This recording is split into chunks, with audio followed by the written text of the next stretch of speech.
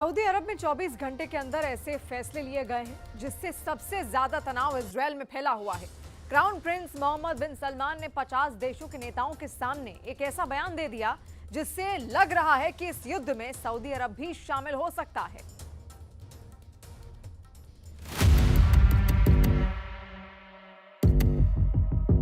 इस तस्वीर में एक मैसेज है।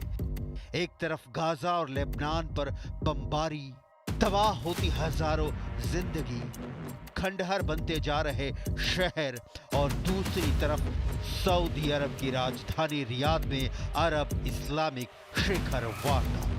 पश्चिम एशिया में कुछ बड़ा होने वाला है। क्या अब नेतन्याहू के खिलाफ अरब देशों का चक्रव्यूह तैयार हो चुका है? क्या ये चक्रव्यूह गाजा और लेबनान पर लगातार बमबारी और 48,000 लोगों की मौत का बदला लेगा?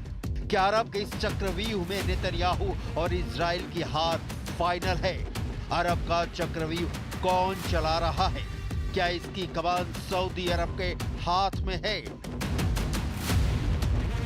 या फिर लगाम ईरान के हाथों में है? मीटिंग ऐसी रही जिसमें एक साल पहले तक एक दूसरे के कट्टर दुश्मन रहे दोस्त बन चुके हैं। यहां सऊदी अरब की दावत पर सीरिया के राष्ट्रपति बशर अल असद भी पहुंचे। ईरान के उपराष्ट्रपति भी आए। जॉर्डन के किंग से लेकर मिस्र के राष्ट्रपति अब्दुल फतह अल सीसी भी पहुंचे। यहां तुर्की के राष्ट्रपति रेजेप तैयप अर्दोआन की मौजूदगी भी एक मैसेज दे रही है। अरब और इस्लामिक वर्ल्ड के 50 से ज्यादा राष्ट्राध्यक्ष और लीडर इस समिट में शामिल हुए और फिर आया सबसे अहम मैसेज। सऊदी अरब के क्राउन प्रिंस मोहम्मद बिन सलमान का इजराइल के खिलाफ सबसे तीखा पैगाम, सबसे कड़वे शब्द, सबसे बड़ी चेतावनी।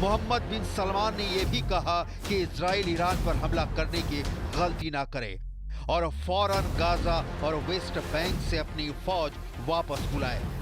गाजा में इजराइल की बमबारी शुरू होने के बाद यह पहली बार है जब सऊदी अरब ने नेतन्याहू के युद्ध पर इतने सख्त शब्दों का इस्तेमाल किया है। गाजा में अब तक 43,500 से ज्यादा लोगों की मौत हो चुकी है। लेबनान में मरने वालों की तादाद 3,200 तक पहुंच गई है। ये ऐसे आंकड़े हैं जिसे लेकर अभी तक इजराइल को सबसे बड़ी टक्कर सिर्फ ईरान ने दी है। नेतन्याहू और खामनेई ने इस वक्त भी एक दूसरे के खिलाफ अपनी तलवार म्यान से बाहर निकाली हुई है, क्योंकि ईरान का जवाबी पलटवार कब होगा ये सिर्फ और सिर्फ ईरान के सर्वोच्च नेता अली खामनेई जानते हैं। लेकिन जब अमेरिका में डोनाल्ड ट्रंप के आने के बाद इजराइल को अरब देशों के साथ अब्राहम अकॉर्ड मजबूत होने की उम्मीद नजर आ रही थी, तब सऊदी अरब के क्राउन प्रिंस मोहम्मद बिन सलमान ने एक ऐसा अरब चक्र दिखाया है जिसमें नेतन्याहू घिरे हुए नजर आ रहे हैं।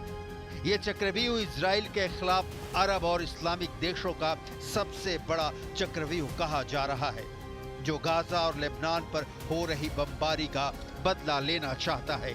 इसीलिए फिर वही सवाल कि क्या अरब और इस्लामिक देशों के इस चक्रव्यूह में नेतन्याहू और इजराइल की हार फाइनल है?